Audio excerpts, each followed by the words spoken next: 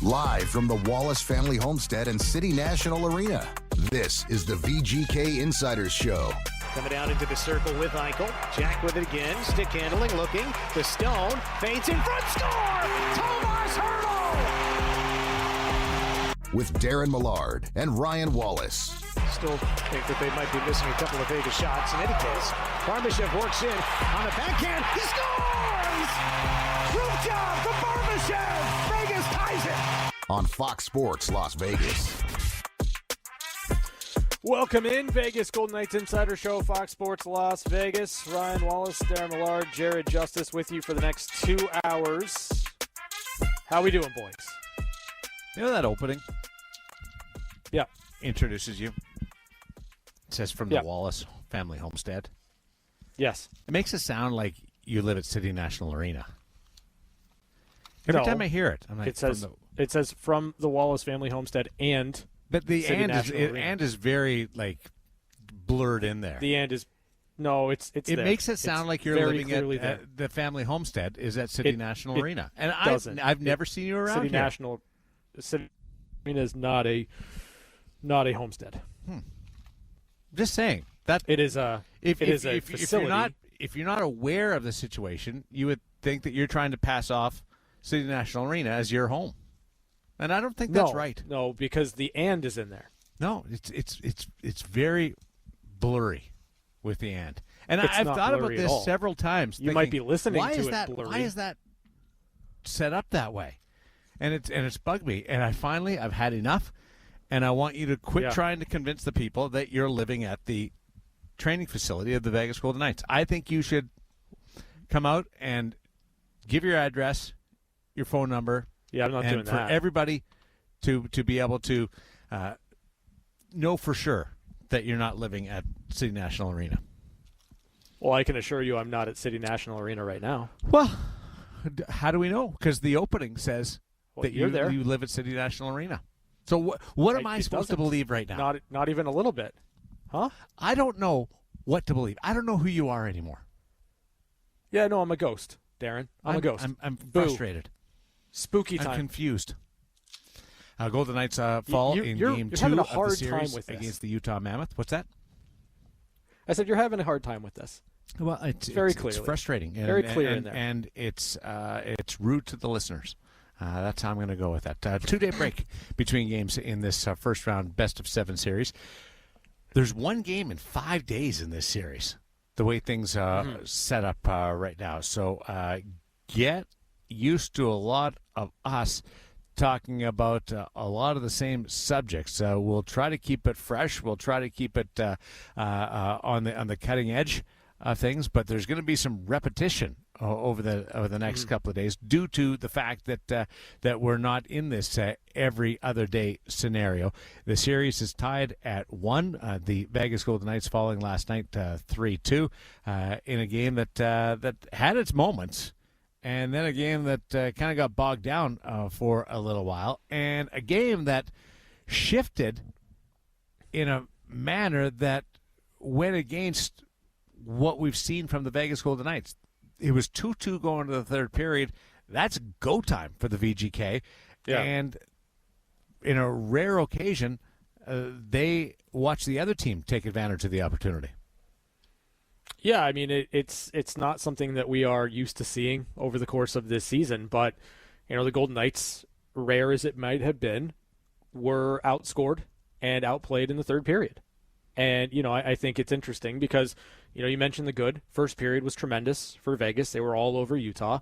Second period, John Tortorella's talked about the flow of the game being interrupted by quite a few penalties. It was pretty wild. And then, the third period, I didn't think the Golden Knights, I thought they were good to start, but as that period wore on, Utah seemed to be, in a lot of ways, the more impactful, the more aggressive, and the better team. Yeah, I don't think that Utah badly outplayed Vegas at any point, but what was lacking from my expectations going into the game was more of an offensive push, especially 5-on-5. Now that you can right off the second period, that wasn't their fault because there was just so many penalties during the course of the second period. So it wasn't like they failed to get things going 5-on-5. There just wasn't enough runway there to get it going. But in the first period, which was okay, first period was good. Wouldn't call it running Utah through the end of the rink, but it was okay. You didn't give up much in the first period, which was positive, and you were able to score first, which was a real step forward in things. You felt comfortable, and in the third period, Daren Elliott pointed it out. It was going great, and then the delay of game penalty for shooting the puck over the glass just seemed to stall, and those things happen. Penalties occur at less than perfect times, so it's not like that was a new situation or new experience for them. They just didn't come out of that penalty kill, and the penalty was really good last night. They didn't come out of that penalty kill with any type of momentum, be able to ratchet it up, and Utah gets a goal off the rush. Which, but is there a team that's getting more good bounces right now than Utah? And Vegas can't. They've got a couple to fall their way too, but boy, you've got an own goal of Anderson's skate last night, and then that puck off the rush by Gunther just happens to bounce right back in front of the net and be able to tap it in. So I didn't think it was a terrible game, as people like to go and pick apart losses and this is what happened. It wasn't awful by any means, closer to middle of the road than anything, but the fact that we're not used to seeing the opposition be the better team in the third period was different for me. Yeah, I agree in the sense that I don't think it was a terrible game by any stretch. I mean, you're 2-2 in the third period with an opportunity to make a play and win the game, right? Like, you'll take that all day long. So in that sense, I think that there are certainly areas where the Golden Knights will like to be better. I thought Utah's transition game specifically in the third period was really strong. And I'm not sure if it was a product of Utah finding their legs or finding something or just positive momentum in that regard. But they made a couple of really good plays. There were some real good chances on Carter Hart, who I thought played another really strong game for the Vegas Golden Knights. So certainly some positives to pull out of it for Vegas. And, it's a 1-1 series now through the first two games, and you've got an opportunity to go up to Salt Lake and do some damage in games 3 and 4. Talked to John Tortorella earlier today. We'll bring you some of that sound in hour number 2 of the VGK Insider Show. Should also mention, best of luck to everybody over at Lee's Family Forum. Henderson Silver Knights opening up the Calder Cup American Hockey League playoffs tonight, hosting San Jose in a first-round best-of-3 in the Pacific Division. All 3 games will be held in Vegas, in Henderson, with games scheduled for tonight, for Friday, and for Sunday. That's because there's too much distance between the two teams to go back and forth, and the American Hockey League, remember, is primarily a bus league, so you got to keep that into consideration. You're not going to be busing back and forth in that situation. So all 3 games will be played on the home ice of the Henderson Silver Knights. First time that the Calder Cup playoffs will be held at Lee's Family Forum. Looking forward to that. So congratulations to Tim Speltz, Ryan Craig, his entire coaching staff, the players, and the support staff, our buddies Brian McCormick and Kelly Fiftner over there. Do such a great job in working with the media. I'm really excited about that. Can't wait to get over there tonight and check that out. But for Vegas, so when you look at what is a 1-1 series right now against the Utah Mammoth, last night, the reason why you failed to win, I put on the lack of push 5-on-5, where you just got to create more chances 5-on-5, and also if you play 5-on-5, you're not giving Utah's power play as much opportunity, and a lot of their push last night came on that man advantage. We expected more penalties, certainly than the 2 power plays that the officials whistled in game number 1. That was not a big surprise, but when you do have the 5-on-5 game, I would, and that's been a staple of the Vegas Golden Knights forever, which is a decade. You got to generate a little bit more up and down the lineup, and that was an area that was of the 10 games that Torts has coached. That was probably the least amount of push that we saw at even strength. Yeah, I don't think for the Golden Knights, if you look at it over the 60 minutes, they were as dangerous as you'd like them to be. And, there were some moments where they were off net. There were some shots that were blocked, but I didn't feel like they were directing enough to the front of the goal in dangerous areas. So, I think for the Golden Knights, that's correctable, right? Like, this is a team that can possess the puck in the offensive zone. You've got elite playmakers on this team that under John Tortorella have done a really good job of getting pucks to the net in dangerous areas, finding secondary opportunities, being really hard to handle offensively. So, I think that for Vegas, it's just a mindset of getting pucks to the front, being dangerous offensively, and having that push, especially early on in the game where, you're controlling play, you're not giving up much to Utah on the other side of things. You score a power play goal. You would have loved to have seen the Golden Knights really put the pedal to the floor after that power play goal by Mark Stone to try to create that separation inside of the game that they've been looking for all season long. And they did have chances last night, and that's the other part of it. You're not going to have nights or you're going to have nights where you do not have the pleasure of swarming the opposition. So you got to take advantage of the looks that you do get, and the Brett Howden to Keegan Colasar play was magnificent, and it just slides by Colasar's stick off the rush. So that was a tap in. You had Tomas Hertl with an opportunity, and it goes off the heel of his stick and almost was spinning like a curling rock, and took the outturn, and away it went, and just glances off the post, and that one sailed wide. So there was a couple of chances. Shea Theodore had a really good look, dead right in the middle of the slot, and it didn't go. So there was opportunities. There just wasn't. It felt like that shift over shift momentum. Now I will admit. And this is why I love the analytics, the different data that I'm able to get. It didn't feel like they had a ton more possession than the Utah Mammoth last night, but there was a 3-minute advantage for Vegas in O-zone possession time last night, which surprised me in looking at the numbers at the end of the night. It didn't give me that feel, which is sometimes you get caught up in the score effect and you interpret the game a certain way. So the data certainly said that they had the puck in the Utah zone a lot more than my viewing of it was relaying to me.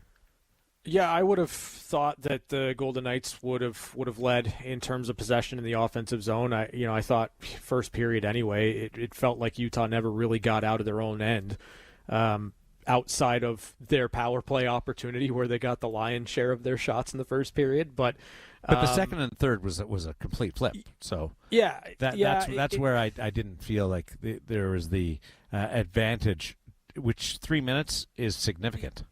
Yeah, but I didn't really feel like Utah in the third period did a lot of their damage by possessing the puck in the offensive zone. Like, they had moments, but a lot of it to me was off the rush, right? Like, a lot of their chances were zone entries into the middle of the ice, quick shot, and it wasn't a ton of secondary opportunities or secondary chances. So it felt more like Utah was rushing up the ice every now and again for their chances, as opposed to holding pucks in the offensive zone and wearing the Golden Knights out that way.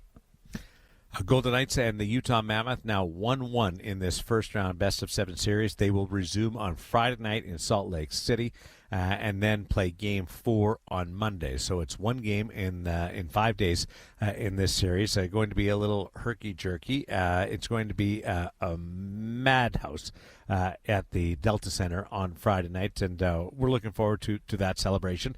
It's cool when a team does something new, and this is going to be the first ever playoff game in Salt Lake City for the Utah Mammoth. Pay attention to different events that they have going on.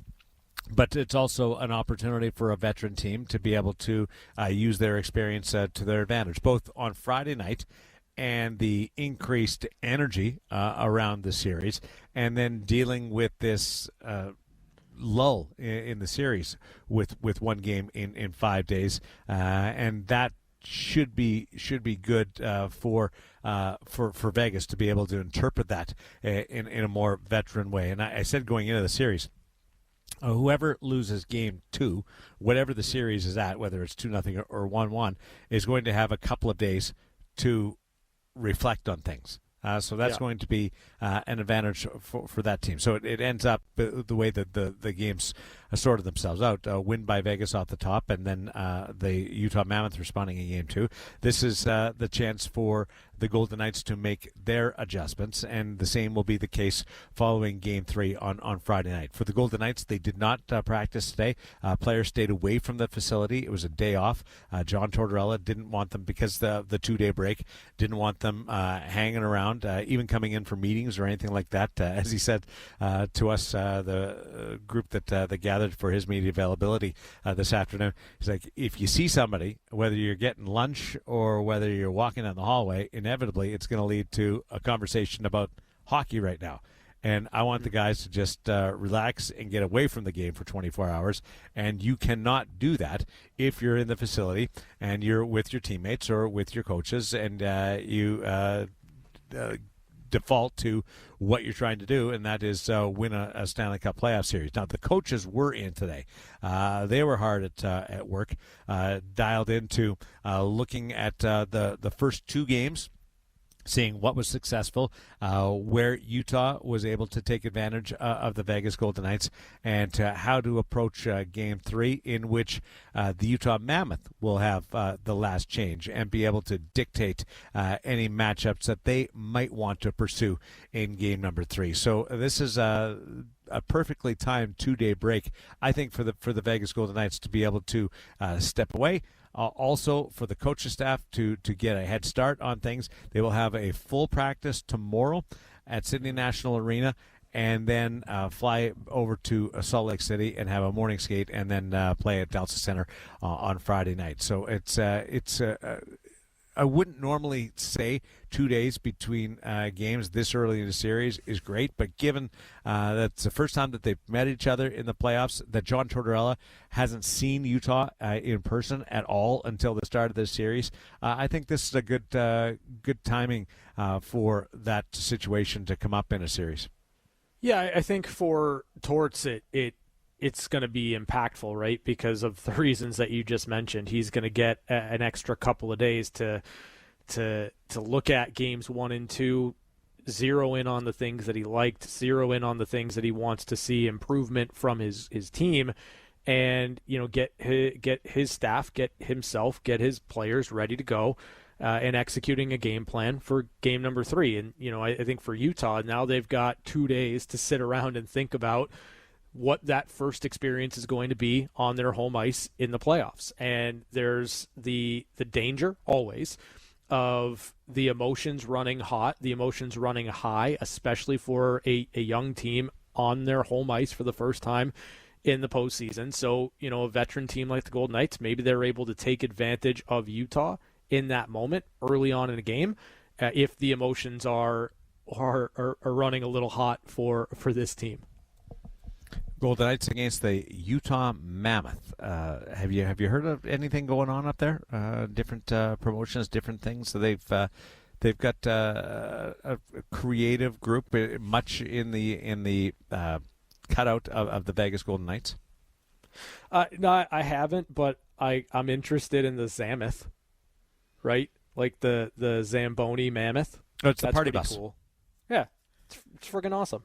Yeah, it's that's really cool. That will be a part of the spectacle on Friday night, and we'll see where else it goes. And there's going to be a lot of noise around that, and I think that's going to be fun for Vegas to be able to lean into that villain role kind of thing. They're used to playing. The raucous atmosphere is not going to bother them. They play in front of that all the time.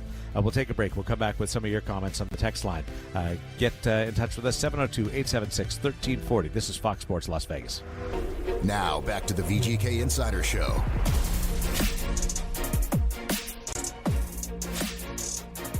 Daren Millard and Ryan Wallace at the Wallace Family Homestead, which is not City National Arena. That's where I am at Studio 31. This is the VGK Insider Show on Fox Sports Las Vegas, getting set for a change in venue in this first-round series between the Golden Knights and the Utah Mammoth. They will resume on Friday. The Golden Knights will practice over at City National Arena, just outside my window here at Studio 31, on Rink A tomorrow, and then they will fly off to Salt Lake City to get set for games 3 and 4. This best-of-7 series, just like a year ago, is tied up at 1.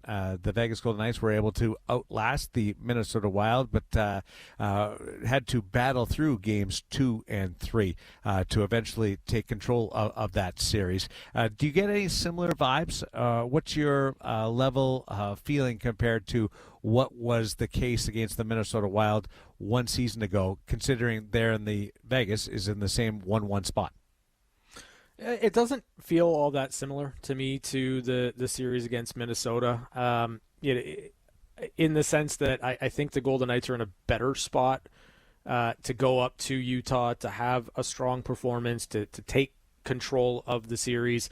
And, you look at the first couple of games for the Minnesota Wild, it was the Kaprizov-Boldy show. Like, though they were seemingly unstoppable. And though Logan Cooley has scored twice and looks good, it hasn't been as dominant or as commanding a performance from Cooley and Utah as it was for Minnesota through the first 2 games, or at least in the second game against Vegas. So it doesn't feel all that similar to me, even though it is a 1-1 series going to Utah for game 3. Yeah, it felt like Minnesota was more dangerous. Mm-hmm. Yeah, I agree. From that top line perspective. Now, Utah has speed and skill, a very different team than the Minnesota Wild, who were big and burly and fast and strong. This is a different challenge for Vegas. This, to me, on paper, would be a better matchup for Vegas. And it hasn't been a lopsided game either way to start. And you had such physical presence in game number 1, and more of a hockey game because of all the penalties in game number 2. But this, after a feeling out phase, without, if I could take the debut of a team making its first appearance at home in the Stanley Cup playoffs out of the equation, because that does change things, whether you want to admit it to or not. And I think Vegas can handle it. I mentioned they're used to playing in front of a bonkers crowd, so I don't think it's going to be overwhelming for them. But if I could take that out and set it to the side, I think Vegas looks at the first couple of games and the getting used to each other and should look at it fairly positively, but knowing that the margin here, there's zero margin for error in this series. Yeah, I think that's correct. And, coming into the series, before any games were played, I felt like this was a 6-game series. And in a lot of ways, I felt, given the fact that Utah does have that first game on home ice in franchise history in the postseason in game number 3, it felt to me in a lot of ways like they were going to come back to Vegas in game 5, split 2-2. It's 1-1 through the first 2 games. And, I think for the Golden Knights, there's been good enough pockets of hockey where they've been able to limit the chances and limit the speed of the Utah Mammoth that you pull from. And you just got to go up to Utah and start with game 3, right? If you can get the win in game 3, then you put that team on their heels, and then they've got to sit around for an extra day and think about that and wonder about that. And so, I think for the Golden Knights, you go in and take care of business in Game 3, and that can change the trajectory of the series through what we've seen in the first 2 games. Golden Knights against the Utah Mammoth. We invited people to send us a text and just give us their feedback on what's happening right now. What are you seeing on the text line? So Louis says, I'm wondering when Jack Eichel is going to look like himself. Series tied at 1, and we have accounted for 40% of their goals. So talking about the bounces, the own goals, the lucky scenarios for Utah.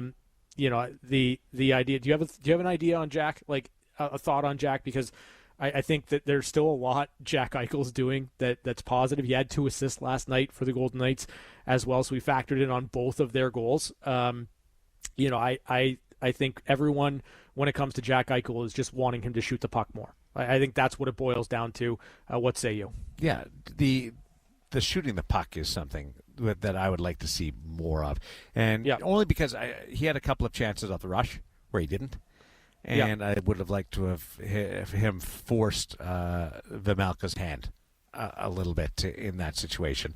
The power play, I'm fine with how he distributes the puck in that, and I think he's found a nice mix through the course of the season of trying to keep the goaltender honest while still playing into what he perceives to be his game.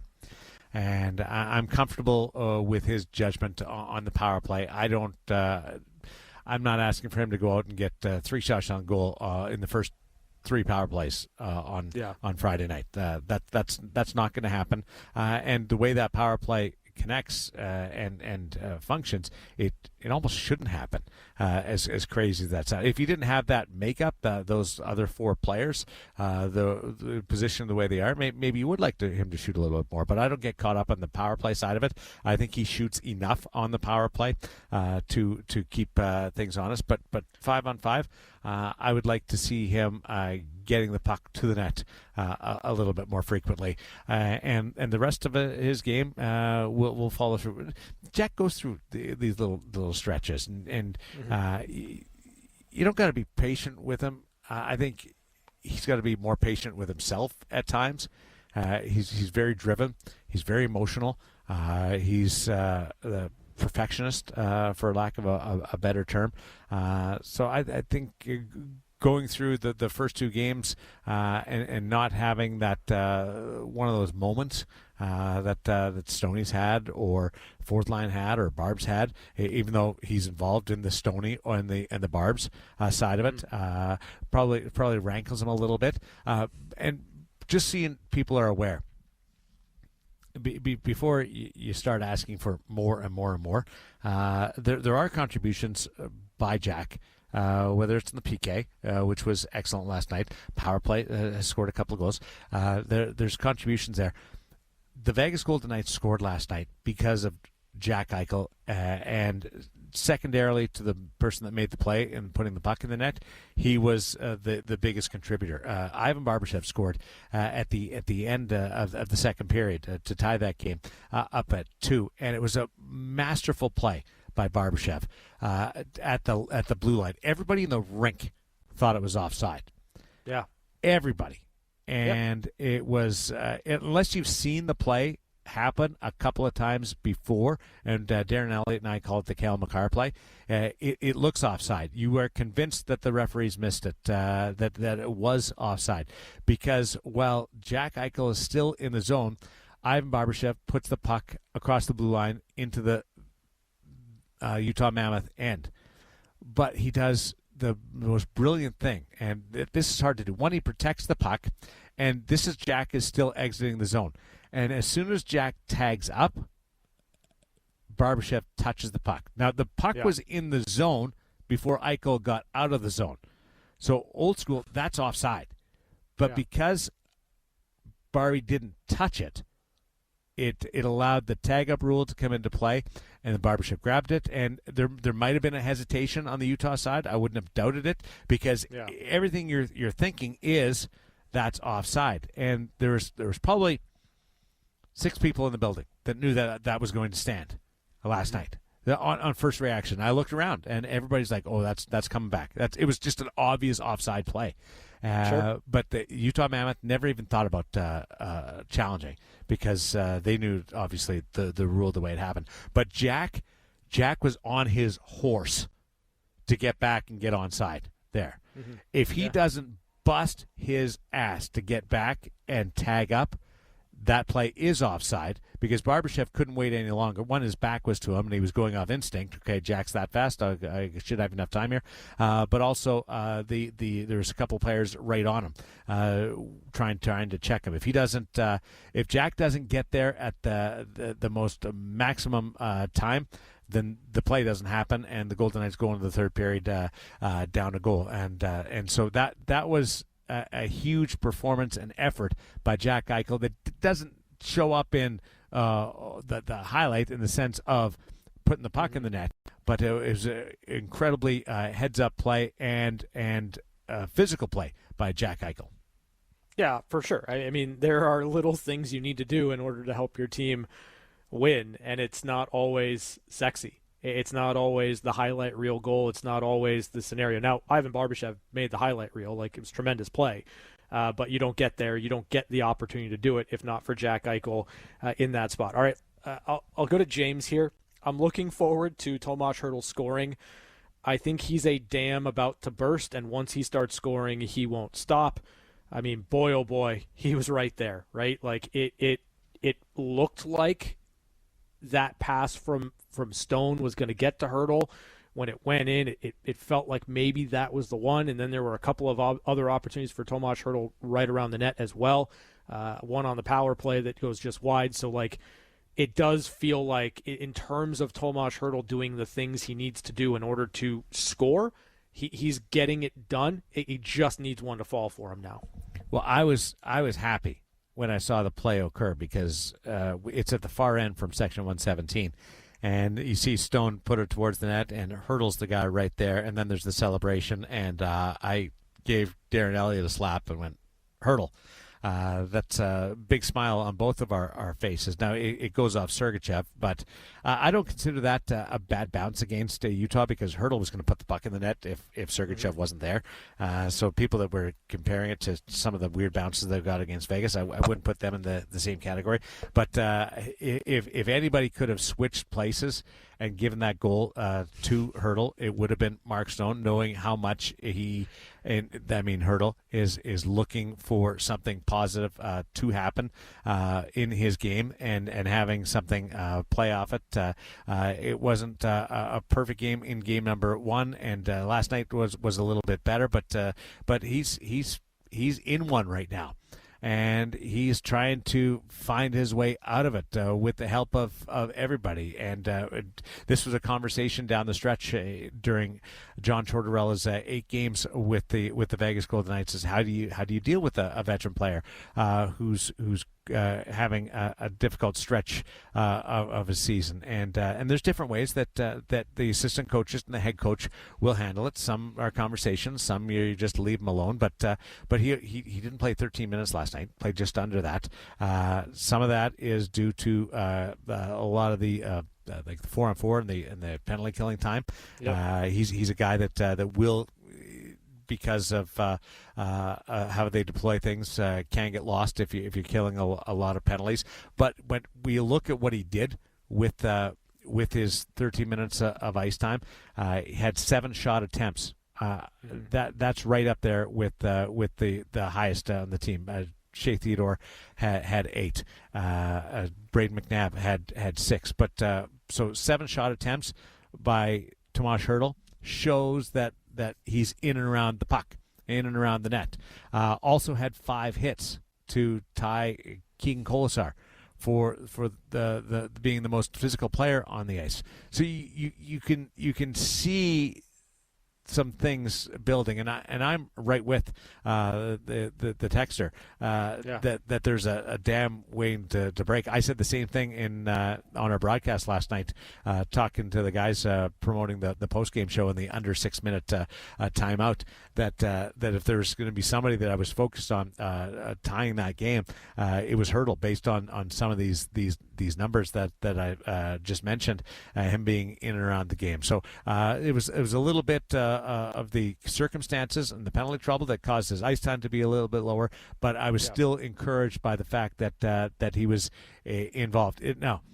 We're at game 2 now. It's a 10, 12, 15 game stretch now where he's had difficulty putting the puck in the net. It's kind of the last piece that we need to fall into place. Everybody else has had their moment since the coaching change, either their line or them individually or their group, penalty kill, power play, goaltending. Everybody's had their moment. Hurdle's the last guy, and we all know how impactful he can be on the power play.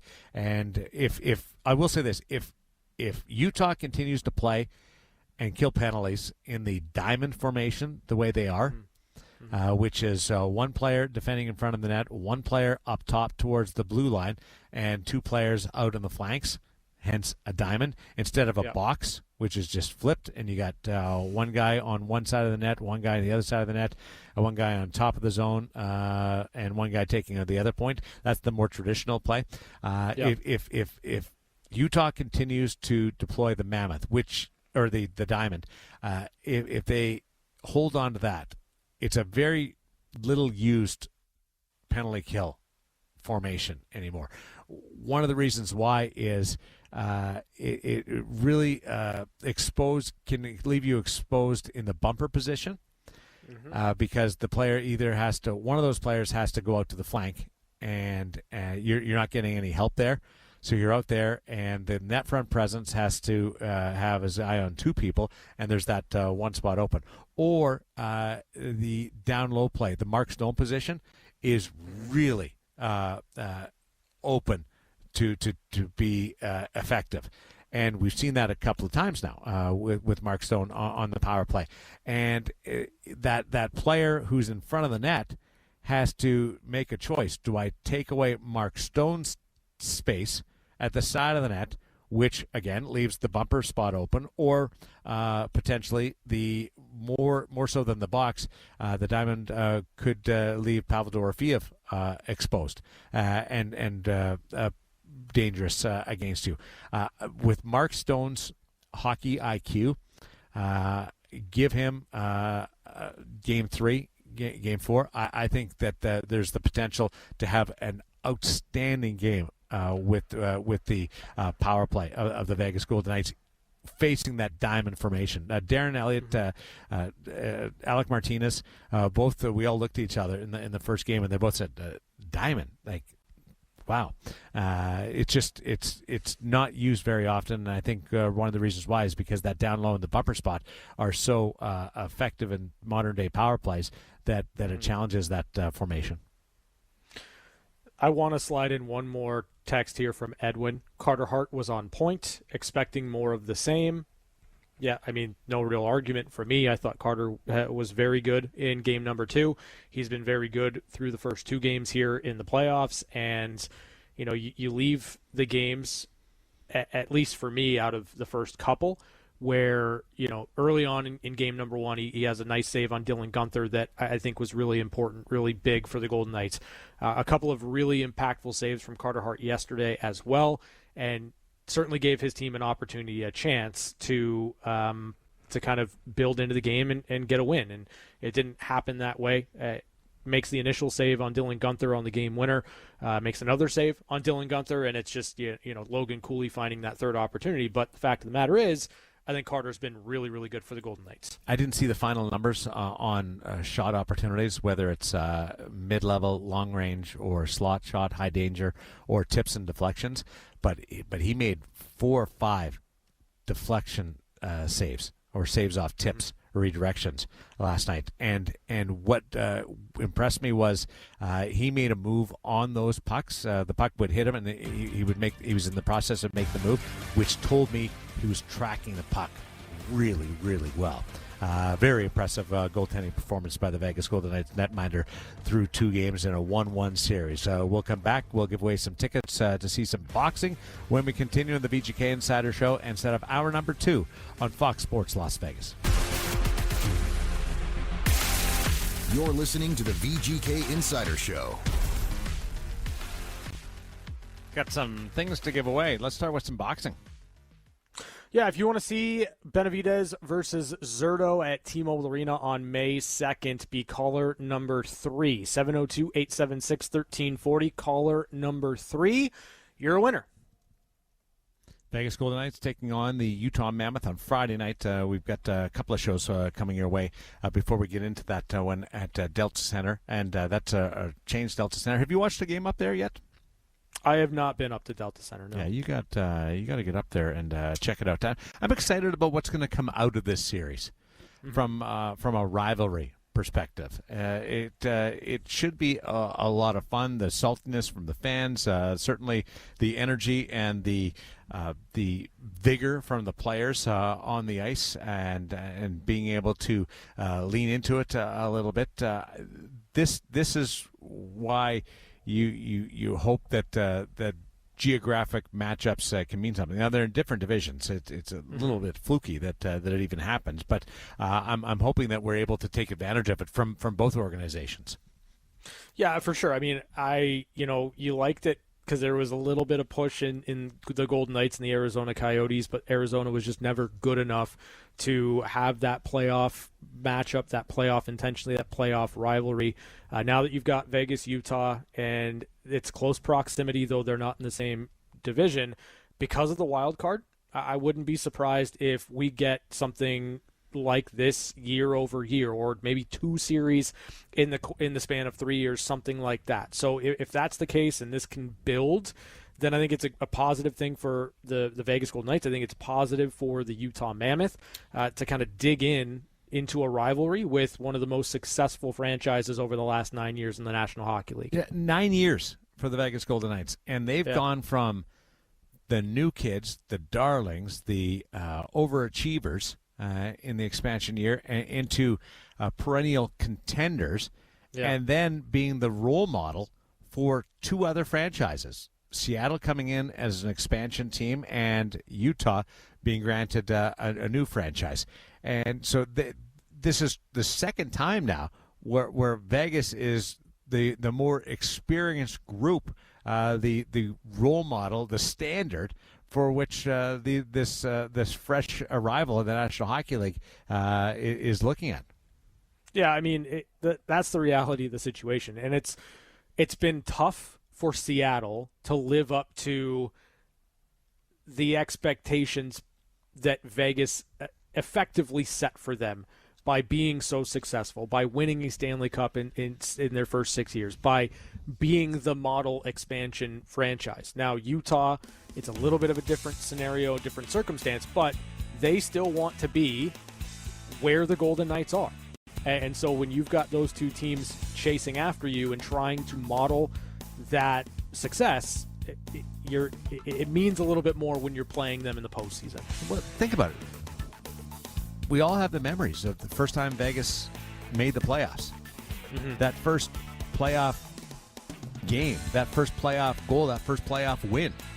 And Utah, that was 8 years ago. Utah's going through that right now. It's not too long ago that this fan base was experiencing a lot of the same things, and now we're with the grizzled veterans of the hockey fan base when it comes to the Vegas Golden Knights. Hour number 2 of the VGK Insider Show coming up as we continue. John Tortorella on the other side.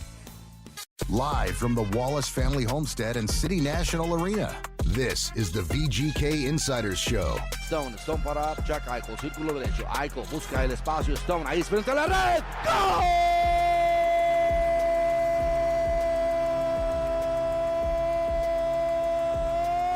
Cayó el primero, señoras y señores. ¿De quién más? Del Capi. Paul Stone Alejandro Romo. With Daren Millard and Ryan Wallace. Ahí está el robo de Iván Barbashev. Viene Barbashev. Sigue Barbashev. Barbashev. ¡Gol!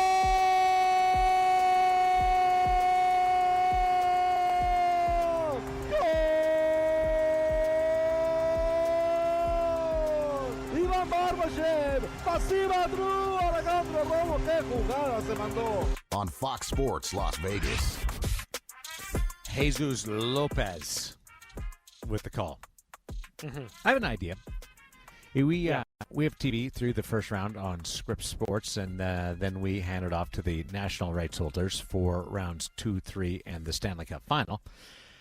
So we will do other content, continuing with the pregame shows on Scripps Sports, getting you set every night on the TV side, half an hour before every Golden Knights game. So if the Golden Knights do move on, they're successful to surpass the Utah Mammoth during games, I won't be as busy. So maybe I join Jesus. That's pretty good. You see him around the office a little bit. Can you ask him I can chip in? Maybe work a second period or something with him. You're gonna do color? No, I don't need to do color. I can do whatever he wants me to do. Oh, I can do color hang out too. with Jesus? I'll duties as assigned with him. It'd be fun to hang out with Jesus. How's your Spanish? Not great at all. Not great at okay. all. That's the one issue that I have that might hold me back from it.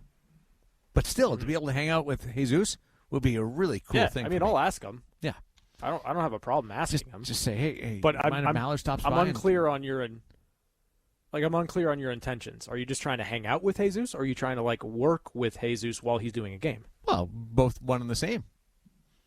I hang out with Alec Martinez and Darren Elliott and Jeff Sharples, but we're also working. Sure. Yeah. When you get along with people like I do, it's not work. Right. It's just hanging out with your buddies. Golden Knights take on the Utah Mammoth on Friday night at the Delta Center, Game 3 of this series, which is tied up at 1. I want to get into what's going to happen at the Leafs Family Forum in just a little bit with the start of the American Hockey League playoffs with the Henderson Silver Knights taking on the San Jose Barracuda in just a little bit. But for the Vegas Golden Knights, you've had a couple of games now to look at this matchup between Utah and the VGK. What stands out to you after a 1-1 split?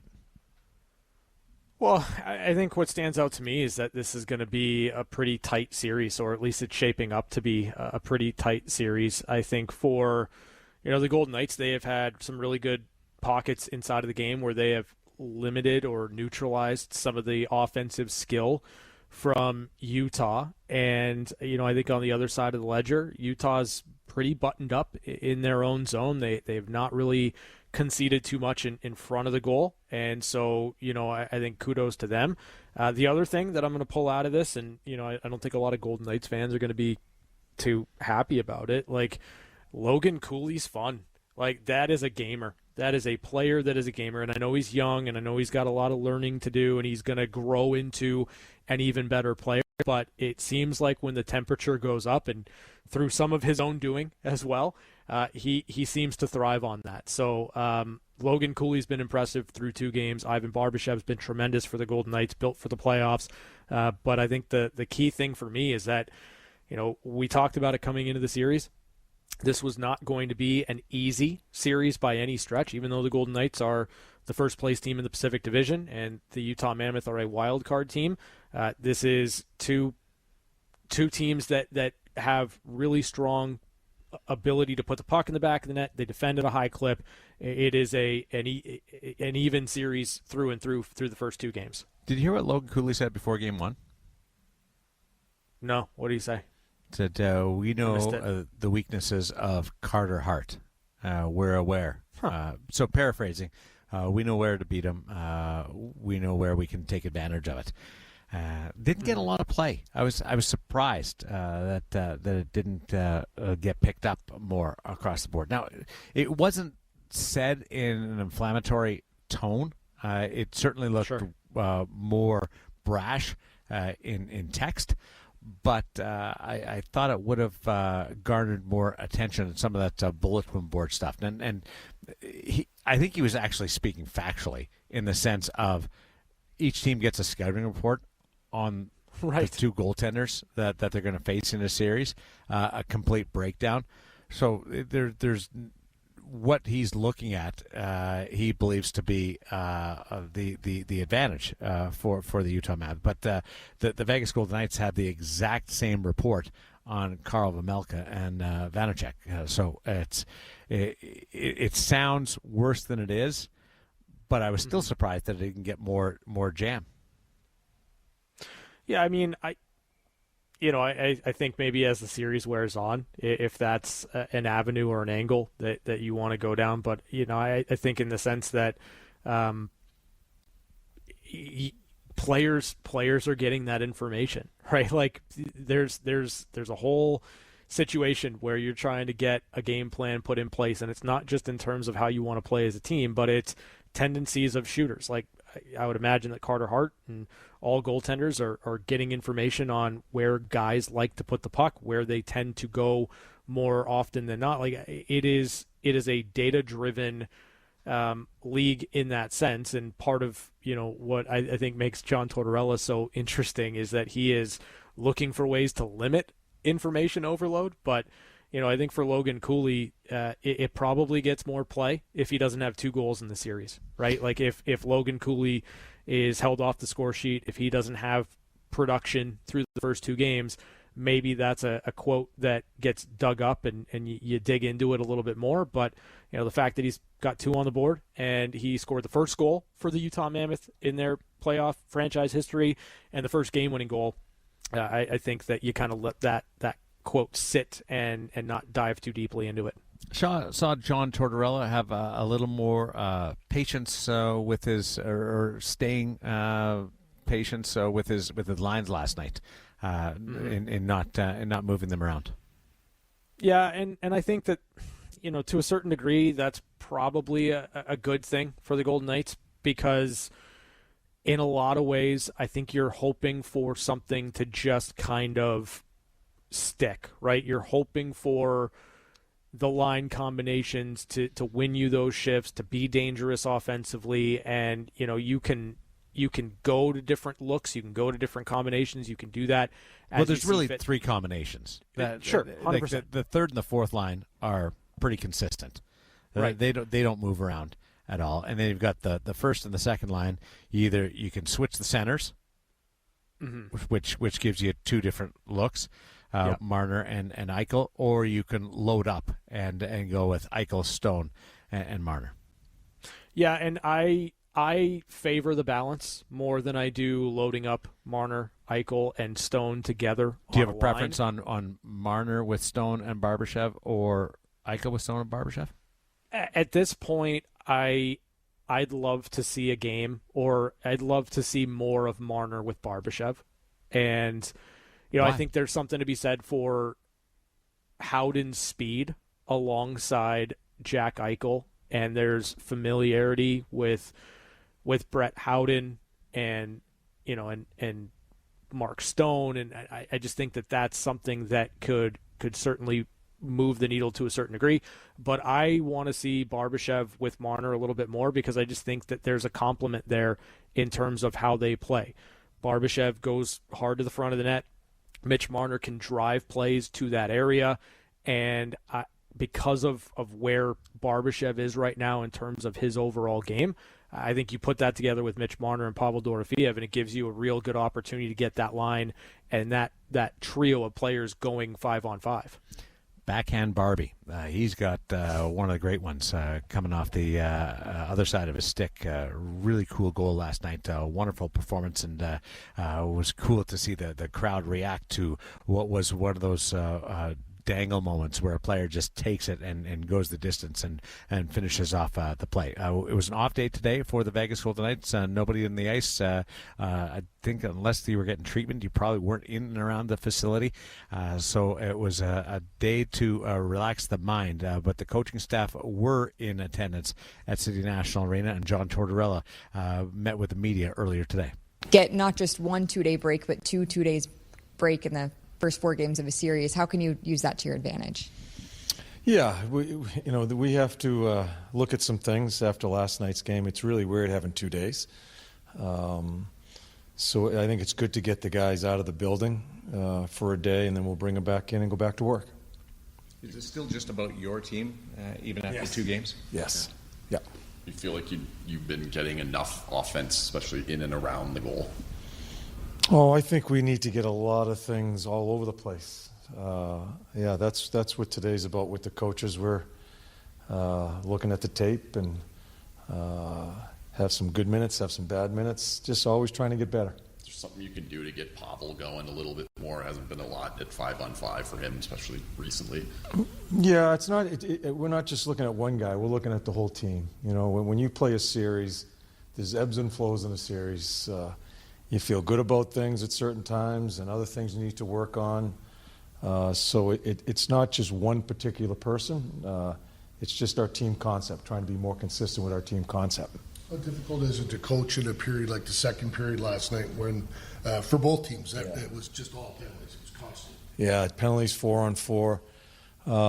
We lost our flow, but they also had to play in that period too, and they still found their way in the third period. They found their way in the second period. They were a better team than us in the second period. It is what it is.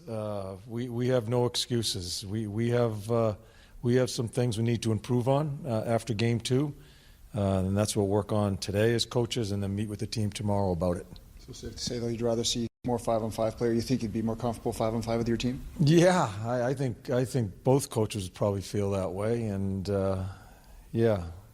yes, I'll leave it at that. You don't want to overload the guys with information. Is that difficult when you have a 2-day break? You get all your video today. Coaches have to be really careful. That's why I didn't want them around here, the players, because then you're finding them somewhere. They're eating breakfast and you're talking about something, and they need it's a lot. It's an intense time of year. They've had a long year, so when you can get them out of the rink in these type of situations, especially when you're thinking about playing for a couple more months, you got to find some time to get them rest. Not so much physically, mentally.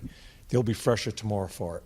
Have you started to develop a flow with your coaches? Like, it's all new to you working with these guys, but have you figured out a good workflow? Or Yeah, they've been fantastic. Yeah, they know the team better than I do. We've talked about a lot of different situations: 4-on-4, 6-on-5, 5-on-6 personnel. It's good now. I've relied on them to do a lot of stuff that I'm so concerned about the whole group. There's certain small parts of the game and situational play that they've really done a lot of work on for me. And then we meet, and I'm very comfortable, and I hope they're very comfortable with me. Can you compare how much you learned through 8 games in the regular season to 2 games in the Stanley Cup playoffs about your group? Yeah, this is playoffs is different, and you find out about certain people with different type pressures. You have the pressure of the regular season, the grind of the regular season. Nothing is more challenging than the scrutiny, the ebbs and flows, momentum swings of playoff hockey, of the hardness of playoff hockey.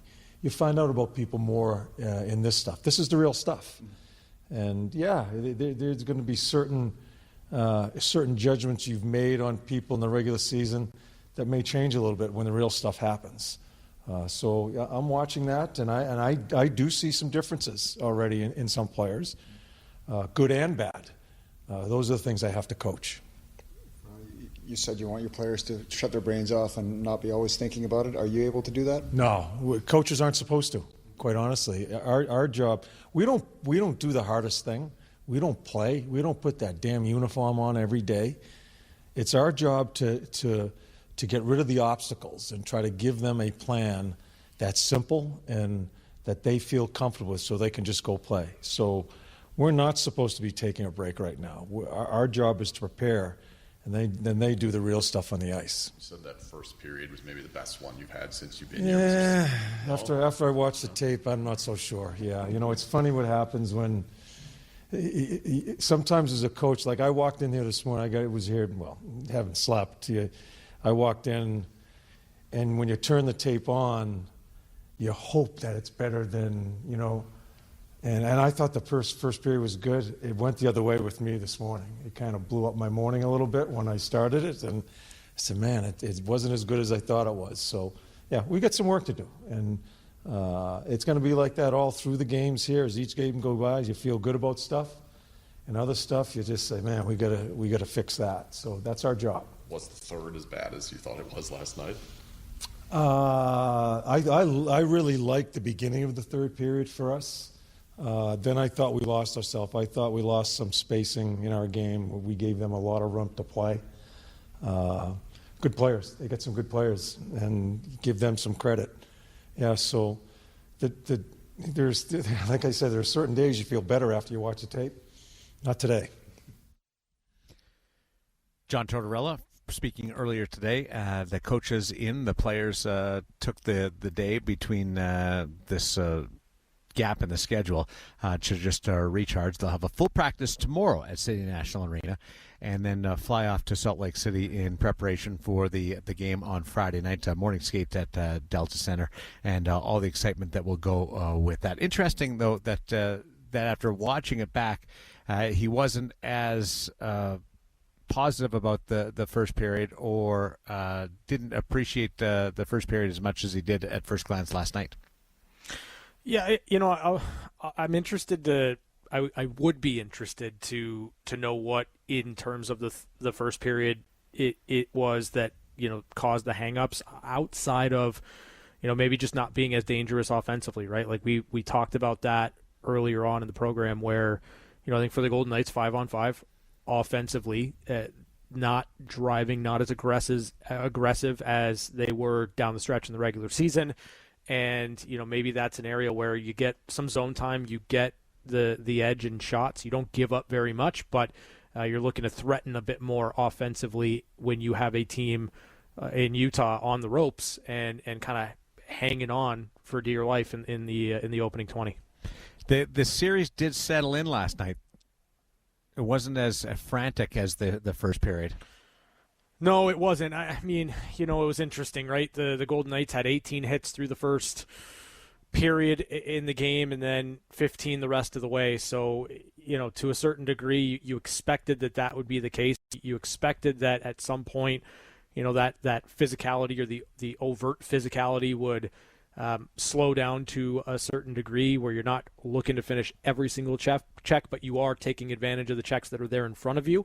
And I wonder if, do you think in any way that led to Utah's ability to get through the neutral zone, to play with more speed in the third period, the lack of that physicality, or the lack of the hitting, at least at the pace that it was in the first period? No, I think neutral zone isn't predicated on physicality. To be quite honest, it's about gaps and structure and taking away lanes. The physical side of the games is on the forecheck, getting in tight. But think about how many hits do you see where a team comes into the zone? It's a handful, and not a lot, because that's where the Brayden McNabb hits come into place, right? And we love those, but they don't happen a ton. So I don't think the physical play was or a drop off in physical play in the game itself from the body checks totals had an impact on where Vegas was vulnerable in transition by the Utah Mammoth. That was more just maybe getting away a little bit from your structure in the neutral zone, and Utah was pretty quick a couple of times in moving the puck up, taking a page out of Vegas and the way they like to go north. I actually thought that was one of the games that Vegas wasn't on their front foot as much going north. last night compared to what we've seen for the previous 9 games with John Tortorella, where it was like go, go, go, go. There was a little bit of taking away of options by Utah in the neutral zone that prevented Vegas from really pushing the pace up the ice a little bit. And I'll be the way I saw it last night. Carter Hart played great. Your penalty kill stepped up. I didn't see a lot of real pressure from Utah or anything that I would be concerned about. Teams are going to have their opportunities. Teams are going to have their runs. But it wasn't something where I said they've got to be better in this area from the defending side. Utah had some chances off the rush. They're going to, because they're fast and they're skilled, and the hockey's an imperfect game, and you hope your goalie can step up. Where I'm looking for Vegas to be better and more effective is when they have the puck. I didn't think that they were as dangerous as we've seen in the previous 9 games under John Tortorella last night, and they got to find a way, adjust if they need to adjust, or just be better if they need to be better at being more dangerous and making Utah defend more with persistent zone time, or if it happens off the rush by heading north. The back half of that third period, there was D-to-D pass stand out now when they occur. And there was more than a handful last night in the back half. And again, some of that goes to the credit of the Utah Mammoth and their system. And when Utah scored the go-ahead goal, it was full prevent. Yeah. It was very hard to get through the neutral zone from the red line to that blue line. Really difficult with any type of possession. It was a 1-1-3. It looked like a 1-1-9 across that Utah Mammoth blue line. So that made it challenging even when you had the 6-on-5, which is why I liked John Tortorella going with the extra attacker earlier. Even though he was down 1, because there wasn't anything that was happening in the third period that gave you an indication that they were about to break through. They were stuck last night in the third period, and the gamble that you take by pulling goalie early is educated, because what are you going to do? Just be back chasing the puck down the ice after icing, or flip out after flip out because you can't gain possession in the zone because they're playing so effective. I really appreciated what John Tortorella did early, and it almost led to a goal by Mark Stone. Yeah, I didn't mind the early pull for Carter Hart. I didn't mind the extra time 6-on-5. I think it gave the Golden Knights a little bit more juice, or at least opportunities to tie that game. I think that, and this was on the text line, a couple of different people were talking about falling into old habits.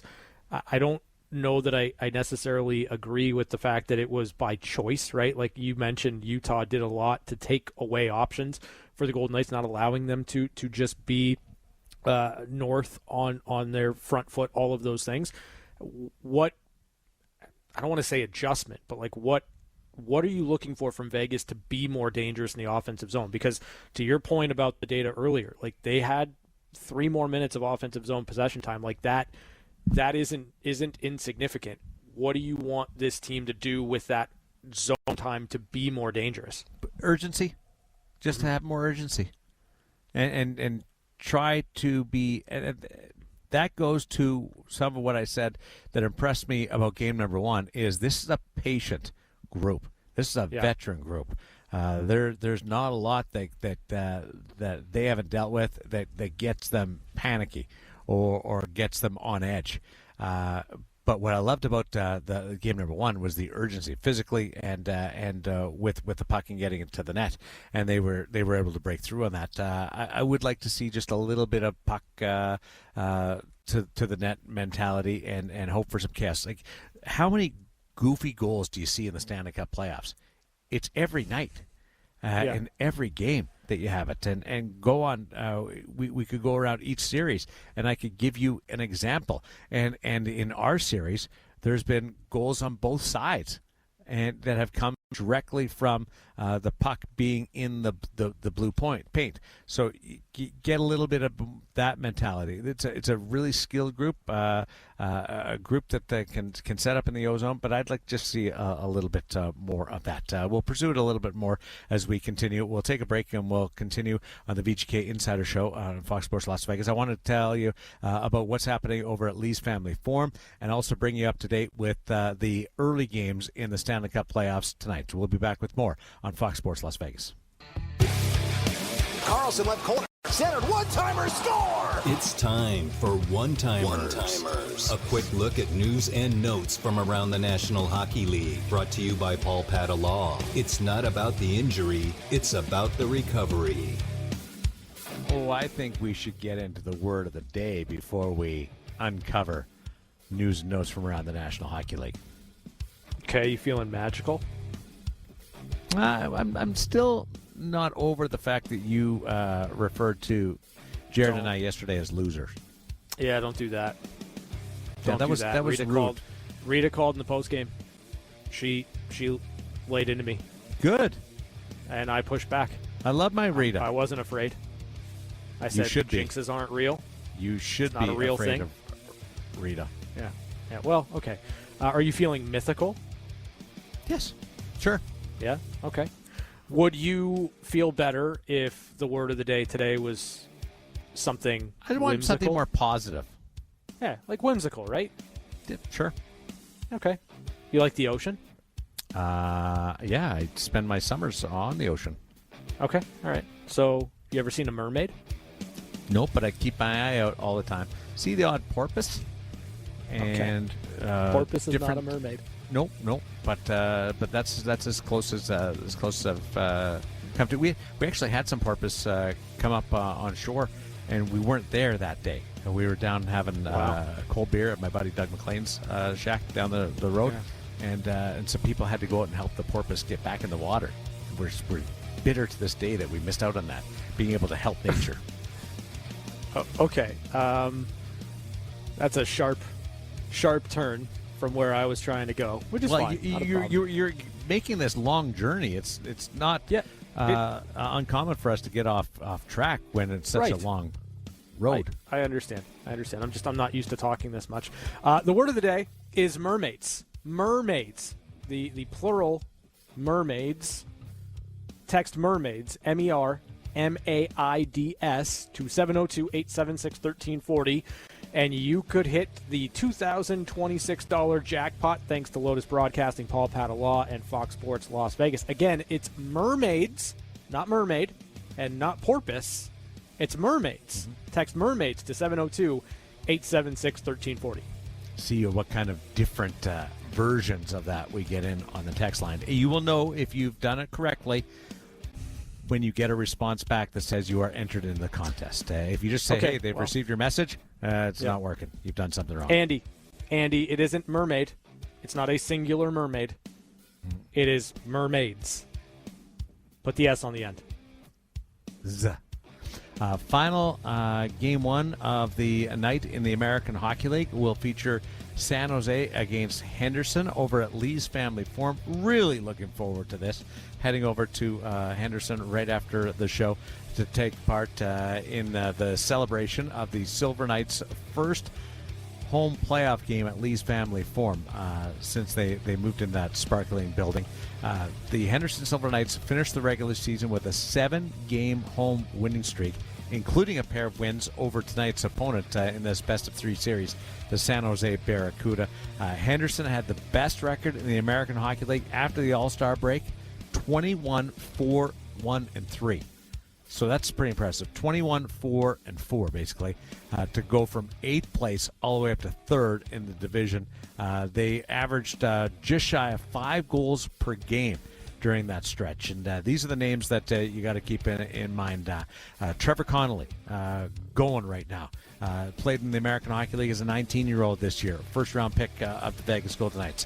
Raphael Lavoie, finding that rhythm. Kai Uchas is over a point per game during this stretch. And then you've got Carl Lindbaum, 18-0-2.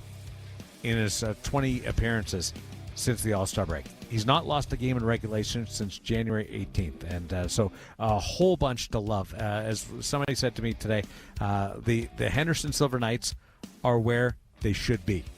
They've earned this spot, a top 3 spot in the division, and if it would have gone on further, they would have been able to take a run at the likes of Ontario. So San Jose finishes 6 points behind Henderson.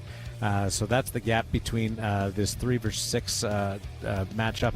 And the San Jose Barracuda will feature a netminder by the name of Laurent Brossoit. I don't know whether you've heard from him or of him.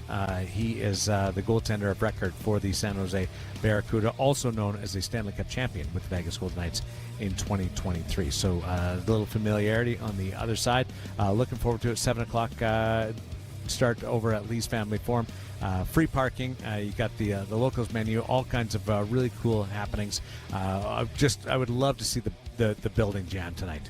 And for the players to experience that, and a lot of excitement for the veteran guys, but also for this good young core group of kids, which also features Braden Bowman, who is the American Hockey League's Player of the Month, and boy, did he do a great job in April since being reassigned. And he was reassigned from Vegas to Henderson basically because of his contract was available down without exposing him to waivers, and he has just gone down there and done everything that Ryan Craig has asked of him. Yeah, I mean, he's been an absolute difference maker for Henderson, and I think for Braden, like, the experience of playing in the National Hockey League, it was massive for him. But, now you've got an opportunity in the playoffs to go out there and establish what you want this playoff run to look like and the expectations that the Henderson Silver Knights have. And, you think of it from this perspective. You mentioned you want to see the place packed. Like, look, the reality of the situation here is that the Golden Knights are on the road, and they are on the road for the next 5+ days. So you've got hockey in the Valley, the Henderson Silver Knights, a wagon down the stretch on Wednesday, Friday, and potentially Sunday, depending on how things go. So show out. Get there. It should be amazing hockey. Yeah, it's funny. Henderson's going to play the entire series before Vegas gets back to T-Mobile Arena. This series between the Mammoth and the Golden Knights guaranteed to go 5. But it's a best-of-3 series, all 3 games, because of the American Hockey League playoff format. All 3 games are going to be played at Lee's Family Forum Wednesday, Friday, and Sunday. San Jose will be deemed the home team on Friday. Last change and what goes along with that. But all 3 games will be held in the Silver Knights home, and looking forward to seeing a great response out of them.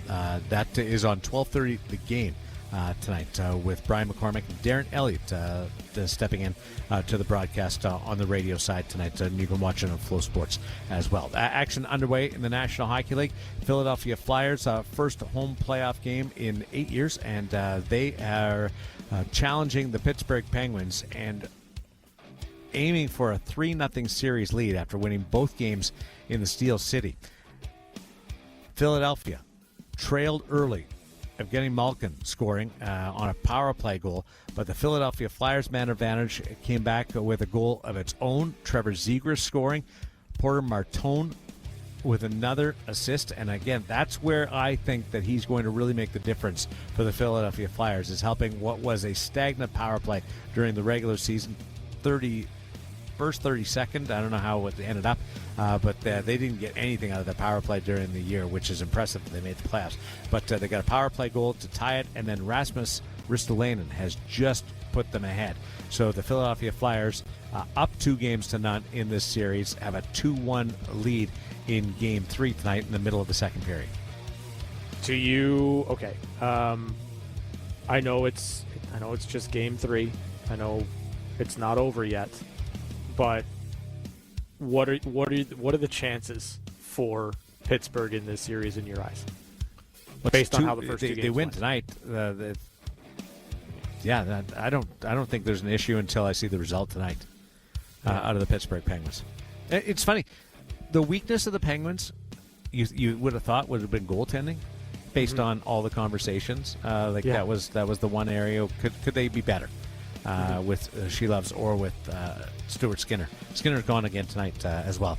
So it's 3 straight starts. Goaltending hasn't been the issue. Maybe one, the Porter Martone goal where he button hooked and went short side shelf. Great shot though, bar down and in. But it hasn't been an issue. Pittsburgh just hasn't been able to score in this series. No, not at all. And haven't really been threatening either. And that's kind of the thing for me is that the Penguins, they're not productive, but they haven't really driven play the way that I would have expected them to. And it's been pretty quiet for the likes of Sidney Crosby. You know, he picks up an assist, Malkin's on the board, but it just hasn't felt like the Penguins have been a threat to score for the majority of the series. Need a good period here for Pittsburgh, and they're right back in the series. Yeah, that's the reality of it, and then it's a road series so far. You try to keep that narrative alive for the Pittsburgh Penguins. Still to come. This is at 6:30 our time. Stars against the Wild, a 1-1 series lead. The series moving over to St. Paul tonight. A great response by the Dallas Stars. So now that's a best of 5 series, and it's Game 2 at 7 o'clock Pacific time. The Ducks in Edmonton. A lot of people critical of how Anaheim was unable to close out the game against the Edmonton Oilers in game number 1. We'll see what their response is tonight. Radko Gudas battled injury down the stretch and then took a spill, which actually opened up the ice that led to an Oilers goal in the opener. Radko Gudas, the captain of the Anaheim Ducks, will not play tonight. Yeah, that's a bummer for Gudas, and certainly not great for Anaheim. But again, I think you look at this series, the expectation that I had coming in is that every game will feature a lot of goals. And though I don't think Anaheim's going to win the series, I do think that they are going to be able to score on the Oilers, and I think the Oilers are going to be able to score on Anaheim, and it's going to be really entertaining. But I still think the Oilers are going to take this one. And nothing that I saw in game number 1 makes me feel differently about that. A bunch of series tied up at 1. The Tampa Bay Lightning winning in overtime last night, countering the Montreal Canadiens win beyond regulation in the opener. 3-2 is the final last night, so they'll go to Montreal tied up at 1. J.J. Moser with the winner in overtime. Buffalo Sabres have really struggled to start their return to the Stanley Cup playoffs. So weren't very good in the opener, but rescued victory from the jaws of defeat with a late third period rally. And last night they fell behind 4-0. The goalie got pulled in Ukko-Pekka Luukkonen. He also let one in from center ice, not on purpose. It bounced just by him. Just an awful feeling for the goaltender. That wasn't what got him pulled. It was a third period goal. So it'll be interesting to see what the Buffalo Sabres do with their goaltending, whether it's Alex Lyon or Ukko-Pekka Luukkonen going forward. But Buffalo's been stymied by Jared Swayman, who's been absolutely fantastic through the first 2 games. Avalanche beat the Kings in overtime. Nick Waugh with the winner in that one. And the Colorado Avalanche have a 2-0 series lead, yet there's more compliments about LA's performance through 2 games than there has been about Colorado, which is baffling to me because LA has kept it close, but they can't score enough. So how much of a threat are they really? And it's people looking at a 1 versus 8 matchup thinking Colorado should just destroy LA. LA can defend. They can. They're getting good goaltending. So I think that the criticism of Colorado's mistargeted. Yeah, I think for LA it's gone about as well as it could possibly go through the first 2 games, and yet they've scored 2 goals. So like that kind of tells you everything you need to know about the series. And oh, by the way, it is now 3-1 Philly. They have scored 3 goals in 6 minutes in the second period.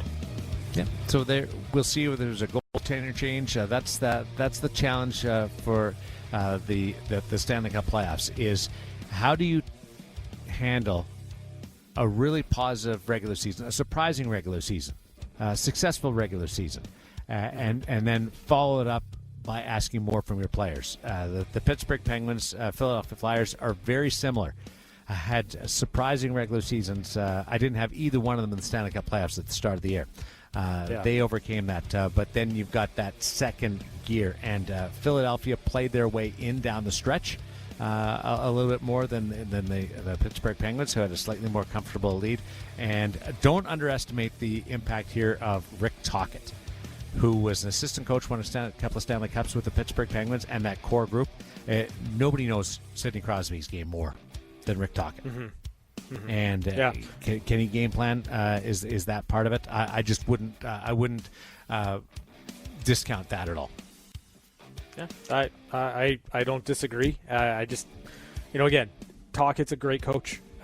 He got this team into the postseason in a year that I didn't expect them to, and they have really been able to stymie the Pittsburgh Penguins and Sidney Crosby.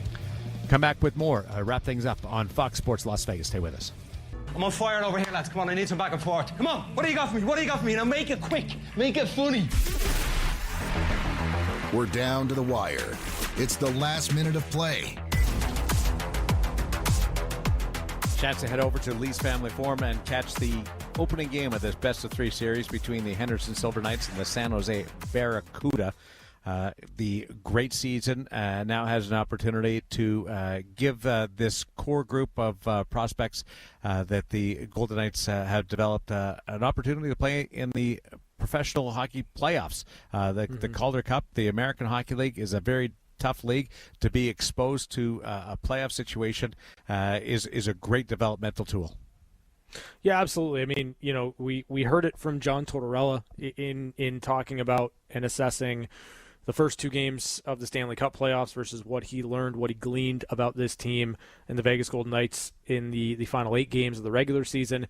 And though we're talking the American Hockey League, the process is the same. There is just a higher level, a greater attention to detail that comes with playoff hockey, with playoff atmosphere. And so it's another opportunity to learn more, to glean more about the players in Henderson and how they handle that extra pressure. Silver Knights against the San Jose Barracuda, and they do a great show over there. They lean on the Vegas Golden Knights. They play off each other really well with a game presentation. But tonight will be fun, just because it's the first Calder Cup playoff game at Lee's Family Forum. When they made their previous run, it was over at the Orleans Arena, and that Lee's Family Forum is one of the greatest facilities in the American Hockey League and minor league hockey. So it's going to be fun to watch. It's going to be entertaining to watch, and Carl Lindbaum being in that environment, that good core group of skilled players up front with the power play. Let's see how they handle it, their first go around of this. And Ryan Craig, this is the first time that he's coached in the Calder Cup playoffs, so a big feather in his cap. Yeah, it's a massive opportunity for the Henderson Silver Knights. It's a massive opportunity for the Vegas Golden Knights organization. So go get it done. Go win.